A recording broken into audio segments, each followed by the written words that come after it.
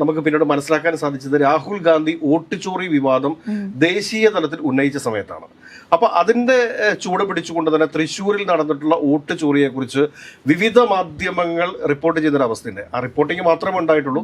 അതിന്റെ ഒരു ഫോളോ അപ്സോ കാര്യങ്ങളോ ഒന്നും നടത്താനായിട്ട് കേരളത്തിലെ മാധ്യമങ്ങൾക്ക് ധൈര്യം ഉണ്ടായിരുന്നില്ല എന്ന് തന്നെ നമ്മൾ പറയാനായിട്ട്. കാരണം എന്താ വെച്ച് കഴിഞ്ഞാൽ BJPയുടെ കൈവിരൽ ചൂണ്ടലിന് മുമ്പിൽ നിശബ്ദമായി പോകുന്നവരാണ് കേരളത്തിലെ മാധ്യമങ്ങൾ എന്ന് ഓർമ്മിപ്പിക്കുന്നതാണ് തൃശ്ശൂരിൽ നടന്നിട്ടുള്ള വോട്ട് ചോറി എന്ന് പറയുന്നത്. അത് കോൺഗ്രസ്സുകാർ പോലും അത് വേണ്ട രീതിയിൽ കൃത്യമായിട്ട് ഫോളോ അപ്പ് നടത്തിയിട്ടില്ല എന്ന് നമ്മൾ കരുതാനായിട്ട്. അപ്പോൾ ഈ തൃശ്ശൂർ മോഡൽ എന്ന് പറഞ്ഞു കഴിഞ്ഞാൽ എന്താണ് എന്ന് ചോദിച്ചു കഴിഞ്ഞാൽ മറ്റു പല നിയോജക മണ്ഡലങ്ങളിൽ നിന്നും ഒരുപാട് ആളുകളെ കൊണ്ടുവന്ന് തൃശ്ശൂർ പാർലമെന്റ് നിയോജക മണ്ഡലത്തിൽ ഒഴിഞ്ഞു കിടക്കുന്ന വീടുകളിലും അല്ലെങ്കിൽ തങ്ങൾ പോലും അറിയാതെ ഇങ്ങനെ ഒരാൾ മാത്രം താമസിക്കുന്ന ഫ്ളാറ്റുകളിലും വീടുകളിലുമൊക്കെ ആളുകളെ ചേർത്ത് അവർക്ക് വോട്ട് ഉണ്ടാക്കി കൊടുക്കുന്ന ഒരു അവസ്ഥയുണ്ടായിരുന്നു. അതായത് മറ്റു പല ജില്ലക്കാരുമാണ് തൃശ്ശൂർ ജില്ലയിൽ വന്നിട്ട് സുരേഷ് ഗോപിക്ക് വോട്ട് ചെയ്തിട്ടുള്ളത് എന്നുള്ളതാണ് യാഥാർത്ഥ്യം.